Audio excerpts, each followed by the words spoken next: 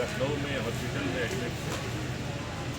बहुत वर्षों से वो सक्रिय थे और बहुत अच्छा काम कर रहे थे, सबके बड़े करीबी थे।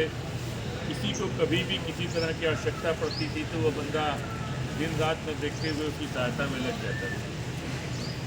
तो हम लोग, हमारा परिवार उनके निधन से बहुत मर्माहत है और हम ईश्वर से प्रार्थना करते हैं कि उनकी आत्मा को शांति दे।